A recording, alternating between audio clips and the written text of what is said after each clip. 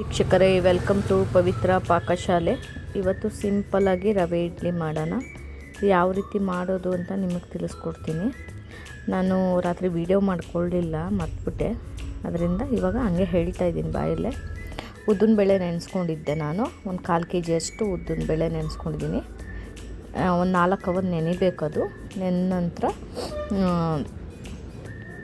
ಅದನ್ನು ಮಿಕ್ಸಿಗೆ ಹಾಕ್ಕೊಂಡು ಚೆನ್ನಾಗಿ ರುಬ್ಕೋಬೇಕು. ರುಬ್ಕೊಂಡಾದ ನಂತರ ರವೆ ಇರುತ್ತಲ್ಲ, ಯಾವ ರವೆ ಆದರೂ ಪರವಾಗಿಲ್ಲ, ತೊಗೊಂಬಿಟ್ಟು ಒಂದು 2-3 ಸಲ ತೊಳ್ಕೊಂಬಿಟ್ಟು ರುಬ್ಬಿಟ್ಟಿರ್ತೀವಲ್ಲ ನಾವು ಉದ್ದಿನ ಬೇಳೆ, ಅದನ್ನು ಅದಕ್ಕೆ ಹಾಕಿ ರವೆಗೆ ಹಾಕಿಬಿಟ್ಟು ಒಂದು ಸ್ವಲ್ಪ ನೀರು ಹಾಕಿ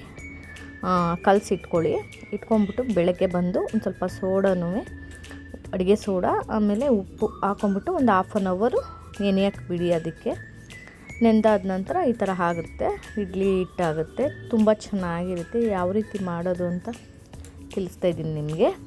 ಇವಾಗ ನಾನು ಒಂದು ಸ್ವಲ್ಪ ಕ್ಯಾರೆಟು, ಒಂಚೂರು ಕೊತ್ತಂಬರಿ ಸೊಪ್ಪು ತುರಿದಿಟ್ಕೊಂಡಿದ್ದೀನಿ. ಇವಾಗ ಇಡ್ಲಿ ಪ್ಲೇಟ್ಗೆ ಎಣ್ಣೆ ಹಚ್ಚಿ ಗೋಡಂಬಿ ಹಾಕ್ಕೊಂಬಿಟ್ಟು ಅದಕ್ಕೆ ಇವಾಗ ಒಂದು ಸ್ವಲ್ಪ ಕ್ಯಾರೆಟ್ ತುರಿದಿಟ್ಕೊಂಡಿದ್ದೀನಿ. ಕ್ಯಾರೆಟ್ ಹಾಕ್ಕೊತಾ ಇದ್ದೀನಿ. ಮಕ್ಕಳಿಗೆ ತುಂಬ ಇಷ್ಟ ಆಗುತ್ತೆ ತಿನ್ನೋಕ್ಕೆ. ಈ ರೀತಿ ನೋಡಿದ್ರೆ ತಿನ್ನೋಕ್ಕೆ ಇಷ್ಟ ಆಗುತ್ತೆ ಮಕ್ಕಳಿಗೆ.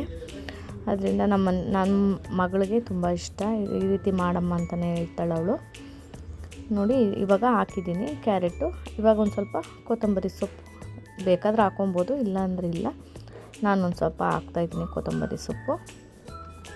ನನ್ನ ಫೇಸ್ ಫಾಲೋ ಮಾಡಿ, ಇದೇ ಥರ ಸಪೋರ್ಟ್ ಮಾಡಿ. ಒಳ್ಳೊಳ್ಳೆ ರೆಸಿಪಿ ಹಾಕ್ತಾಯಿರ್ತೀನಿ ನಾನು. ಇದು ಭಾರಿ ಈಸಿಯಾಗಿ ಮಾಡ್ಬೋದು ರವೆ ಇಡ್ಲಿ. ಆಮೇಲೆ ಇವಾಗ ಅದಕ್ಕೆ ಇವಾಗ ನೋಡಿ ಮಾಡಿಟ್ಕೊಂಡಿದ್ದೀನಿ. ಅದನ್ನು ಇವಾಗ ಹಾಕ್ತಾಯಿದ್ದೀನಿ. ತುಂಬ ಚೆನ್ನಾಗಿರುತ್ತೆ. ನೀವು ಮನೇಲಿ ಒಂದು ಸ್ವಲ್ಪ ಟ್ರೈ ಮಾಡಿ ಒಂದ್ಸಲಿ.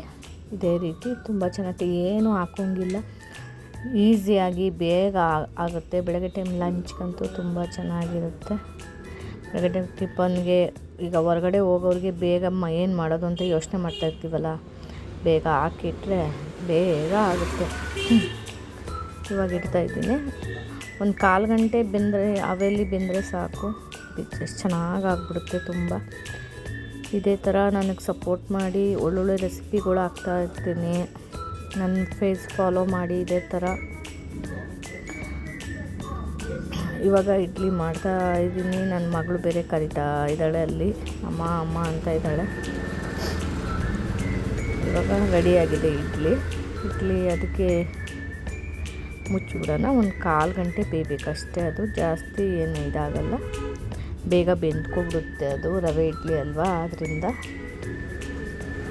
ಎಷ್ಟು ಚೆನ್ನಾಗಿ ಬಂದಿದೆ ನೋಡಿ. ಇವಾಗ ನೋಡಿ ಎಷ್ಟು ಚೆನ್ನಾಗಿ ಬಂದಿದೆ. ತುಂಬ ಚೆನ್ನಾಗಿ ಬರುತ್ತೆ ಇದು ರವೆ ಇಡ್ಲಿ. ಯಾವ ರವೆಯಲ್ಲಿ ಬೇಕಾದರೂ ಮಾಡ್ಬೋದು. ನೀವು ರವೆ ಇಡ್ಲಿನೇ ಬೇಕು ಅಂತ ಏನಿಲ್ಲ. ಸೂಜಿ ರವೆ ಯಾವುದ್ರಲ್ಲಿ ಬೇಕಾದ್ರೂ ಮಾಡಿ. ನಿಮ್ಗೆ ಯಾವ್ದು ಇಷ್ಟ ಆಗುತ್ತೋ ಆ ರವೆಯಲ್ಲೇ ಮಾಡಿ. ತುಂಬ ಚೆನ್ನಾಗಿರುತ್ತೆ. ಇದೇ ಥರ ಸಪೋರ್ಟ್ ಮಾಡಿ. ಒಳ್ಳೊಳ್ಳೆ ರೆಸಿಪಿಗಳು ಹಾಕ್ತಾಯಿರ್ತೀನಿ ನಾನು. ಫಾಲೋ ಮಾಡಿ ಇದೇ ಥರ ನನ್ನ ಫೇಸ್ಗೆ. ನನ್ನ ಮಗಳಿಗೆ ಇವಾಗ ತಿಂಡಿ ಕೊಡೋಣ ಅಂತ ಹೇಳಿ ರೆಡಿ ಮಾಡ್ತಾ ಇದ್ದೀನಿ. ತಿಂಡಿಗೆ ಇವಾಗ ರೆಡಿಯಾಗಿದೆ. ಇವಾಗ ತಿಂಡಿ ನನ್ನ ಮಗಳಿಗೆ ಕೊಟ್ಟು ಇವಾಗ ಅವಳು ಕ್ಲಾಸ್ಗೆ ಹೋಗ್ಬೇಕು. ಇವಾಗ ಹೋಗ್ತಾಳೆ, ತಿಂದ್ಬಿಟ್ಟು ಹೋಗ್ತಾಳೆ. ನೋಡಿ, ರೆಡಿಯಾಗಿದೆ ರವೆ idli. Thank you so much. ಇದೇ ಥರ ಫಾಲೋ ಮಾಡಿ.